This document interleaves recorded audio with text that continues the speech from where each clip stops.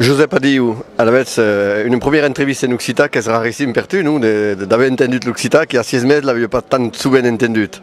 Estem aquí a Barcelona per l'inauguració d'una casa un peu especial, un hostal un peu especial.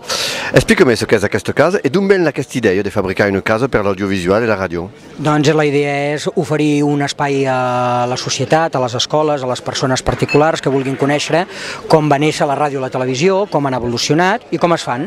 És a dir, hi ha un plató, per tant, les persones es poden asseure al plató, fer programes de televisió, hi ha un estudi de ràdio, poden fer exactament el mateix, i aquesta és una mica la intenció, passar un matí o una tarda coneixent la televisió i la ràdio d'on venen i cap a on van.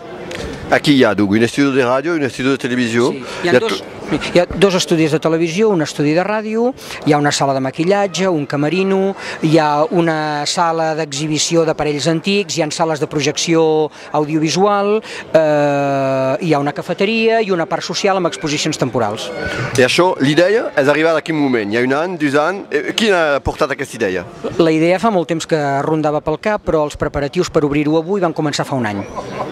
En un any, això és arribat. És un peu acostumat per nosaltres d'haver tant de rapiditat per bastir un hostal tan gran per Barcelona.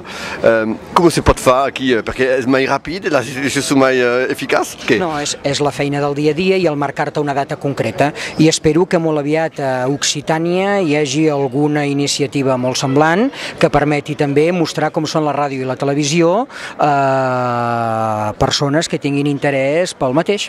I de què amaga una ràdio i una televisió? Perquè aquí nosaltres escoltem la ràdio o escoltem la televisió, o la qüestió la vau posar d'una altra manera. Les escoles que són ja vengudes aquí, de què han vist de la fabricació de la televisió i de què han après d'aquesta fabricació? Doncs s'han posat en un plató, han llegit notícies amb un teleprompter, han fet d'home o dona del temps, s'han segantat en una sala de premsa i han fet una roda de premsa, o han fet un serial radiofònic, o han presentat discos en un estudi de ràdio, i tot això és la primera vegada que ho feien. I se passa bla, hi ha una demanda, les escoles s'escriuen per venir aquí? Sí, de moment des de mitjans de febrer fins al maig hauran passat uns 500 nens i nenes. I en l'avenir hi ha descripció, i de quina manera se fa la promoció d'aquesta casa? Doncs bé, a través de figurar en les agendes culturals, a través una mica del nostre contacte amb les escoles i amb tota mena del que en diríem la societat civil, per donar a conèixer que aquesta iniciativa hi és i que està a disposició de tothom. Gràcies.